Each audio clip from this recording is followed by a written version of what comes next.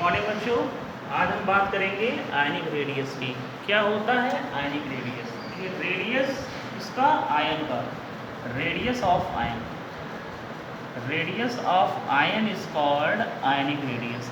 अब ये रेडियस क्या होता है आयन का? देखिए, कोई भी हो, चाहे कैटायन हो या एनायन हो, एटम में न्यूक्लियस क्या करेगा? न्यूक्लियस के बाहर जो शेल है इलेक्ट्रॉन का, वो मैक्सिमम डिस्टेंस जहाँ पे न्यूक्लियस अपना फोर्स ऑफ अट्रैक्शन लगा सके, वही कहलाता है आपका ionic radius. The maximum distance from the nucleus to the outermost shell where can be nucleus will be apply their force of attraction, that's are called is the radius of an ion. आप जानते हैं ion दो types का होता है, एक होता है कैटायन का रेडियस और एक होगा एनायन का रेडियस। क्योंकि आयन क्योंकि आपके दो टाइप के होते हैं, तो यहाँ पे रेडियस भी दो टाइप के लिए जाएंगे, radius of the cation and radius of the anion. Cation क्या होता है आप जानते हैं, when atom will be lose the electron, when atom will be lose the electron it will form the cation, and when atom will be lose the gain the electron it will form the anion. दो चीज़ें हैं, atom अगर electron lose करता है तो cation का formation होता है, और वही एटम अगर इलेक्ट्रॉन गेन करे तो क्या बनेगा? इलेक्ट्रॉन, तो एनायन का फॉर्मेशन होगा। सबसे पहले बात करते हैं रेडियस ऑफ कैटायन की, कि भाई किसी भी कैटायन के रेडियस पे क्या इफेक्ट पड़ता है। मान लिया सोडियम है, atomic number 11, classification electronic configuration करें 281। If it be lose the one electron from the cation, that is the 28. Clear? We will see that in the Na there is the number of cell is the 3, but in the Na plus there is the number of cell is the 2. तो आप ये कह सकते हैं the number of cell is less than in the cation in comparison to the neutral atom.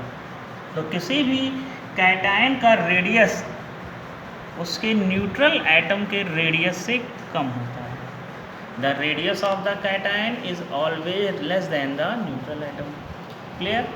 अब यहीं पे एक बात और फंस जाती है। मान लिया हमने Mg ले लिया, Mg+2 अगर हम ले लें 28,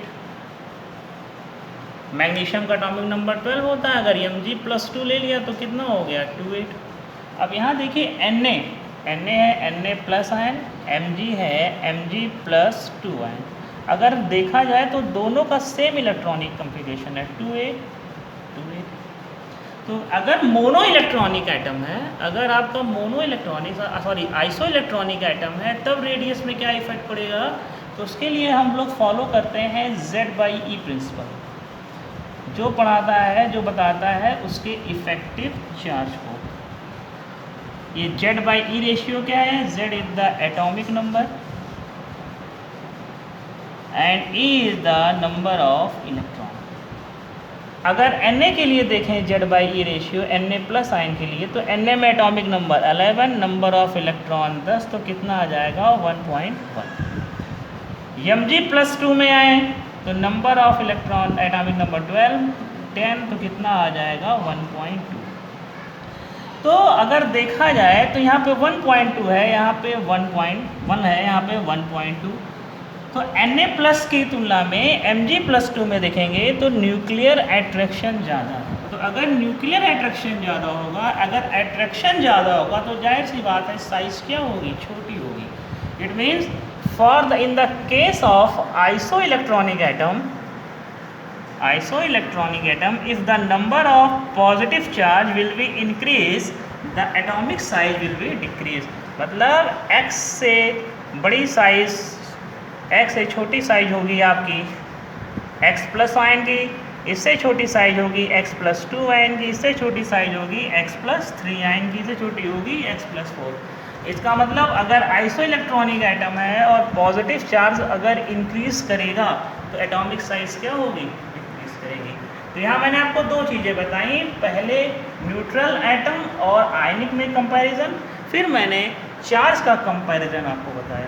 आई होप वीडियो पसंद आया।